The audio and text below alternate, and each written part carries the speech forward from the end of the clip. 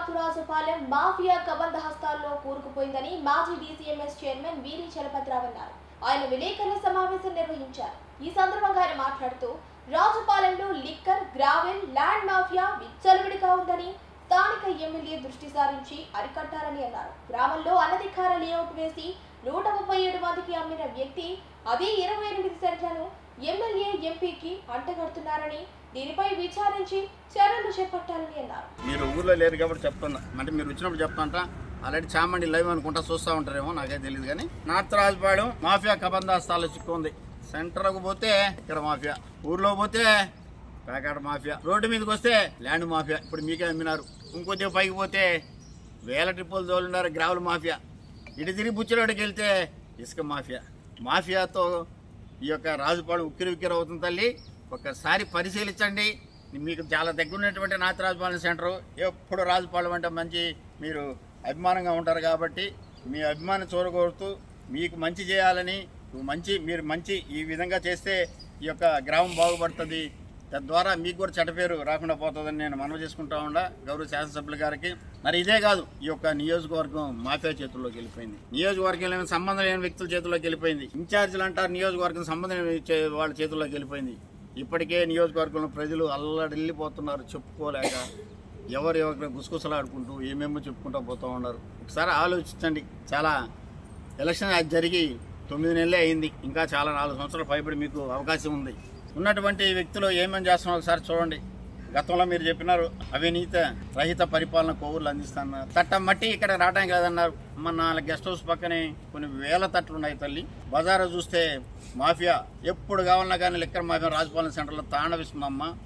Liquor కావాలన్నా, బంగ్యాక్ కావాలన్నా, ఏది కావాలన్నా ఉంది తల్లి. అదేవిధంగా ఊర్లో పోతే ప్యాకెట్ ఉంది. రోడ్డు మీదకి వస్తే మరి ల్యాండ్ మాఫియా ఉంది. ఇటు పోతే ఇసుక మాఫియా. మొత్తం ఈ యొక్క గ్రామాన్ని అట్నే ఆవరిచ్చేసి మరి కబంధాస్తాల్లో చిక్కుపోయింది. దీనికి విముక్తి కల్పించండి. తద్వారా మిమ్మల్ని నమ్మి ఓటేసిన ప్రజలందరూ కూడా న్యాయం చేయమని కోరుకుంటా ఉన్నా. ఏదేమైనా సరే ఈ దొంగను పట్టుకొని మీరు ఈ దొంగ ద్వారా జరిగినటువంటి అన్యాయం, ఈ దొంగ దరిదాపు 2000 బైకులు దొంగ అంత వ్యత్యాసం ఉంది. అంత డబ్బు మీ దగ్గర అయితే మీకు 137 ప్లాట్లు తీసుకున్నాడు.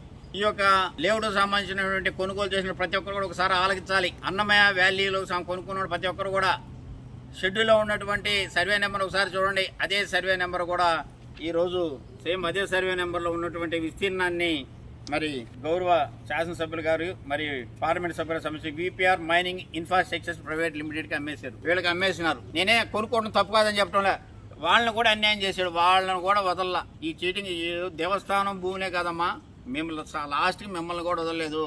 ఇటువంటి వాళ్ళని వదలాలా? రాజుపాలెం ప్రజలకు చెప్తుండా, కొడవల మండలం ప్రజలు చెప్తుండా, కొవ్వూరు నియోజకవర్గం చెప్తున్నా, ఈడి ఎక్కడ దొరికినా పోలీసులు పట్టించేసేయండి. తక్షణం వీడి మీద కేసు రిజిస్టర్ చేస్తున్నాం. అంత ఘోరము.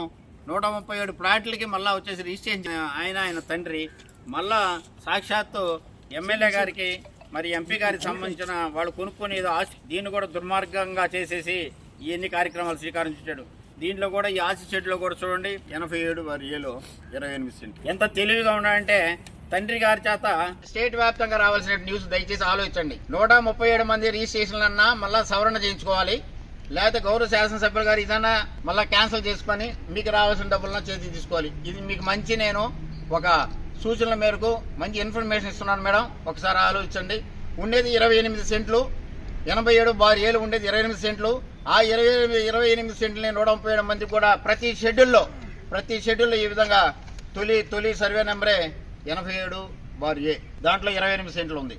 సో ఇంతకన్నా ల్యాండ్ మాఫియా ఎక్కడా లేదు. ఒక 20 దొంగలు పట్టుకుంటే అంతరాష్ట్ర దొంగలు అంటారు. 20 బైకులు పట్టుకుంటేనే ఈ అమౌంట్ చూస్తే 2000 బైకులు పట్టుకున్నంత సొత్తు ఉంది ఇక్కడ. మరి ఎస్పీ గారు, కలెక్టర్ గారికి కూడా సోమవారం కలుస్తున్నాం. దీని మీద వెంటనే ఇతను ఎక్కడ దొరికినా పట్టుకోవాల్సిన పరిస్థితి ఉంది. ఇతను ఈ ఊర్లో కాదు, ఈ యొక్క రాష్ట్రంలో దేశంలో ఉన్నటువంటి వ్యక్తి కాదు. అంతర్రాత ముఠా కన్నా పెద్ద ఎత్తున ఉన్నటువంటి యోగాంధర్ రెడ్డిని ఆమె ఇమ్మీడియట్ గా అరెస్ట్ చేయాలి. గతంలో ఇతని మీద కూడా 2 కేసులు ఉన్నాయి. మళ్ళీ ఈరోజు ఇంత ఘోరంగా ఈ యొక్క నియోజకవర్గంలో మంచి పేరు తీసుకొస్తున్నటువంటి శాసనసభ్యురాలు గారికి, అదే ఒక పార్లమెంట్ సభ్యురాలు గారికి వాళ్ళేదో ఒక సైట్ కొనుక్కుంటే ఆ సైట్ ను కూడా దుర్మార్గతరంగా ఈ విధంగా చేసి పరులకు అమ్మినటువంటి అదే ఆశ్రమం అలా తీసుకొచ్చి వీళ్ళకి అమ్మటం ఎంతవరకు సంబంధిస్తున్నారు సార్ మనం చేసుకుంటూ. ఇదే విధంగా నేను సబ్ రిజిస్ట్రార్ కూడా చెప్తా ఉన్నా. సబ్ రిజిస్ట్రార్ గారికి తెలుసు స్వభావంలో ఏంటంటే ఏది కనీసం కంప్యూటర్లో తెలుస్తుంది. ఈ సర్వే నెంబర్లో 87/Aలో విస్తీర్ణం ఎంత ఉంది? 28 సెంట్లు ఉంది. గతంలో 28 సెంట్లో నేనే 137 మందికి మనం రిజిస్ట్రేషన్ చేస్తున్నామే.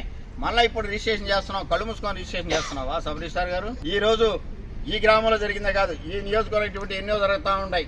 కానీ ఈ రోజు నేను రాజుపాలించి ఈ యొక్క స్టార్ట్ చేస్తున్నాను. అది కూడా ఏంటంటే మీ మంచి కోసం, మీ యొక్క ఇన్ఛార్జ్కే ఈ యొక్క రిజిస్ట్రేషన్ కాకముందే మీకు అమిత దగ్గరైన వ్యక్తికి కూడా నేను చెప్పానమ్మా, ఈ విధంగా దీంట్లో తప్పిదాలు ఉన్నాయి, దీన్ని కొనద్దని కూడా చెప్పాను. మరి వాళ్ళు వాళ్ళ దగ్గర ఏం మూటలు తీసుకున్నారో, ఏం పైసలు తీసుకొని మరి మీకైతే చెప్పలేదేమైతే నేనైతే ఇన్ఫర్మేషన్ ఇచ్చా. దీనిలో తప్పు దొలతా ఉంది. ఆల్రెడీ ఈ సర్వే నెంబర్లో ఉంటే 28 ఆల్రెడీ లేఅవుట్ కిందకి వెళ్ళిపోయింది. మళ్ళీ మీకు అమ్మ చూపినాడు. ఇప్పుడు ఆ 137 మంది అన్నా బలి కావాలి, లేదన్నా మీరన్నా రిజిస్ట్రేషన్ క్యాన్సిల్ చేసుకొని మంచి పేరు తీసుకొచ్చుకోవాలంటే ఇది క్యాన్సిల్ చేసుకొని ఎవరైతే మీకు రిజిస్టర్ చేశారో వారిని వచ్చేసి మరి ఈ యొక్క కోర్టులో అప్పచెప్పాలి. ఈ కారు ఒక ఎస్సీకి అప్పట్లో తెలుగుదేశం ప్రభుత్వం ఉండగా ఒక ఎస్సీకి ఇచ్చినటువంటి కారు. ఈ కారు ఆ రోజు అతని మీద బెజవాడ వంశీధర్ రెడ్డి అని తీసుకొని ఇది ఎల్లో బోర్డు ఉండేటువంటి పరిస్థితులు ఉండాల్సింది తీసుకొచ్చి వైట్ బోర్డు వేసుకొని అదేమంటే నేను నిద్రలేసి ఎంపీ గారు ఎమ్మెల్యేతో తిరుగుతాను, కావాలంటే చూడండి వాళ్ళ కారు పక్కనే నా కారు ఉందని భయపెడుతున్నారు ఆఫీసర్లు. ఒకసారి చూడండి, కారు పక్కనే నా కారు ఉంది అందుకని భయపెడుతున్నారు. దానివల్ల నేను ఇటీవల కూడా లెటర్ రాశా టీటీసీ గారికి, డిప్యూటీ ట్రాన్స్పోర్ట్ కమిషనర్ గారికి రాశా, ఆర్టీఓ గారికి రాశా. ఆ యొక్క రాసినటువంటి నాకు రిప్లై కూడా వచ్చింది. త్వరలో కూడా తీసుకోండి, దీని మీద ఏదో నిర్ణయం తీసుకొని ఎవరైతే దీనికి అసలైనటువంటి లబ్ధిదారుడు అతనికన్నా హ్యాండ్ ఓవర్ చేయండి, లేని దీంట్లో ఎల్లో బోర్డు పెట్టించండి దయచేసి.